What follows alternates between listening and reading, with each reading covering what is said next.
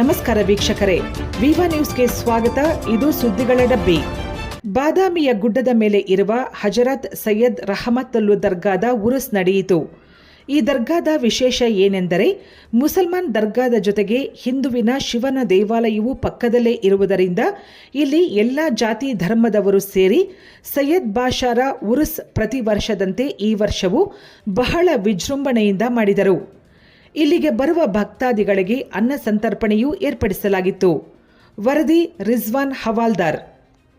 ನಾವು ಮಂಚೇಶ್ ಕಲಾಲ್ ಅಂತೇಳಿ ಈ ಸೈಯದ್ ಬಾಷಾ ದರ್ಗಾದ್ದು ಉರ್ಸು ಅಥವಾ ಗಂಧ ಎರಡು ಅದ್ರ ಪಕ್ಕಕ್ಕೆ ಶಿವೋತ್ಪಜ್ಜನ ಮಠದ ಗುಡಿ ಐತಿ. ಇಲ್ಲಿ ಕಪ್ಪಾರ ಬಟ್ಟೆನ ಶಾಸನ ಶಿಲಾಶಾಸನ ಇದು ಆಂಜನೇಯದು.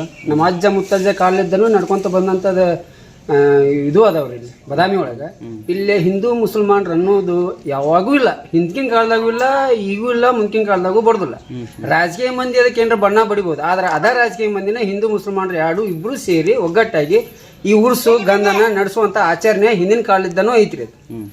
ಸ್ವತಂತ್ರ ಪೂರ್ವಲಿದ್ದ ಹಿಂದಿನ ಕಾಲದಿಂದನೂ ನಡ್ಕೊಂತ ಬಂದಿದ್ದು, ಮುಂದನೂ ನಡೀತಾ ಇರ್ತೈತಿ.